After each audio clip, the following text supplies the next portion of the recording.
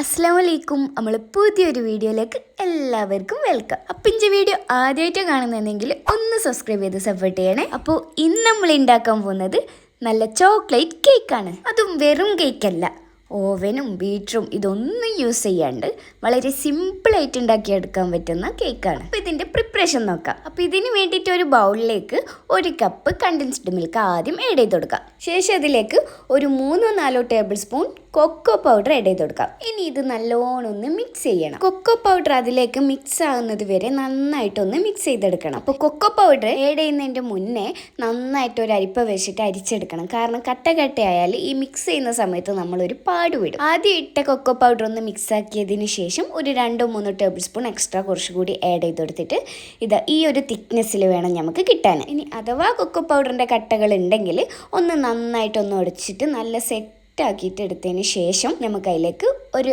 1/2 cup പാൽ add ചെയ്ത് കൊടുക്കാം. ഇനി പാലും നമ്മൾ കൊക്കോ പൗഡർ മിക്സും കൂടി ഒന്ന് നല്ലോണം മിക്സ് ആകുന്നത് വരെ നന്നായിട്ടൊന്ന് ഇളക്കി കൊടുക്കുക. അപ്പോൾ പാൽ ഒഴിക്കുമ്പോൾ നമ്മൾ ആദ്യം കുറച്ച് പാൽ ഒഴിച്ചിട്ട് അതൊന്ന് മിക്സ് ആയതിന് ശേഷം ബാക്കി പാലും കൂടി ആഡ് ചെയ്ത് കൊടുത്തിട്ട് നല്ലോണം മിക്സ് ചെയ്തെടുക്കണം. ഇനി ഇത് നല്ലോണം മിക്സ് ചെയ്ത് കഴിഞ്ഞതിന് ശേഷം നമുക്കിതൊരു പാത്രത്തിലേക്ക് മാറ്റാം. അതെന്തിനാ വെച്ചാൽ നമുക്കിത് നന്നായിട്ടൊന്ന് പതിപ്പിച്ചെടുക്കാനുണ്ട്. ഇനി ഒരു ലോ ഫ്ലെയിമിൽ ഇട്ടിട്ട് ഒരു 30 മിനിറ്റ്സ് നമ്മളിത് നന്നായിട്ട് കുക്ക് ചെയ്തെടുക്കുക. ഇനിയാണ് നമ്മളെ മെയിൻ ഇൻഗ്രീഡിയൻറ്റ് ബിസ്ക്കറ്റ്. ഇവിടെ ഞാൻ എടുത്തിരിക്കുന്നത് ടൈഗർ ബിസ്ക്കറ്റ് ആണ്.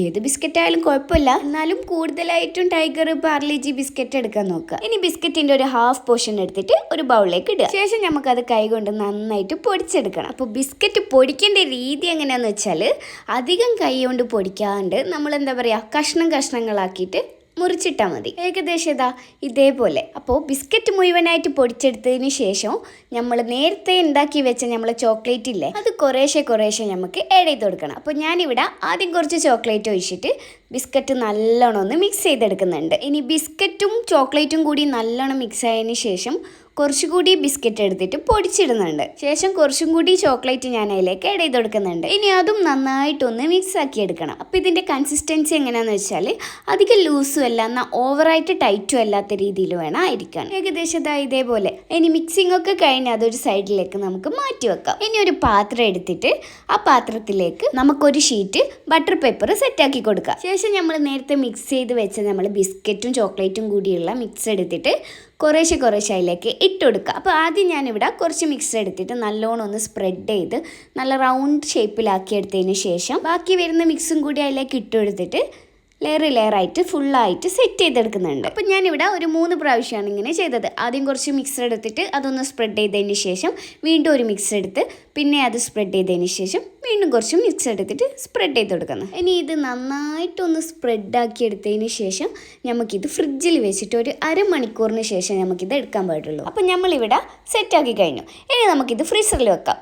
ഒരു 1/2 മണിക്കൂർ ഫ്രീസറിലിരിക്കട്ടെ. അപ്പോൾ ആ ടൈം കൊണ്ട് നമുക്ക് നമ്മളെ മെൽറ്റഡ് ചോക്ലേറ്റ് ക്രീം നമുക്ക് ഉണ്ടാക്കിയെടുക്കാം. അപ്പോൾ ഇതിന് വേണ്ടിയിട്ട് ഞാനിവിടെ ഒരു 100 ഗ്രാമോളം ഡാർക്ക് ചോക്ലേറ്റ് ആണ് യൂസ് ചെയ്യുന്നത്. അപ്പോൾ നമ്മൾ ചോക്ലേറ്റ് ബാർ നന്നായിട്ട് ക്യൂബ്സായി കട്ടാക്കിയതിന് ശേഷം നമുക്കിത് നന്നായിട്ട് മെൽറ്റ് ചെയ്തെടുക്കാനുണ്ട്. അപ്പോൾ മെൽറ്റ് ചെയ്യുന്ന ഞാൻ ഇവിടെ കാണിക്കുന്നില്ല, ഓൾമോസ്റ്റ് എല്ലാവർക്കും അറിയാൻ പറ്റുമല്ലോ. ഡബിൾ ബോയിലിംഗ് ചെയ്തിട്ടാണ് ഞാനത് മെൽറ്റ് ചെയ്തെടുത്തത്. ഇനി നമ്മൾ മെൽറ്റഡ് ചോക്ലേറ്റിലേക്ക് ഒരു 1/2 കപ്പോളം ഫ്രഷ് ക്രീം ആഡ് ചെയ്ത് കൊടുക്കാം. ഇനി നമ്മൾ ക്രീമും ചോക്ലേറ്റും കൂടി നല്ലോണം ഒന്ന് മിക്സ് ആക്കി എടുത്തതിന് ശേഷം അതിലേക്ക് ഒരു 2-3 ഡ്രോപ്പ് വാനില എസൻസും കൂടി ആഡ് ചെയ്ത് കൊടുക്കണം.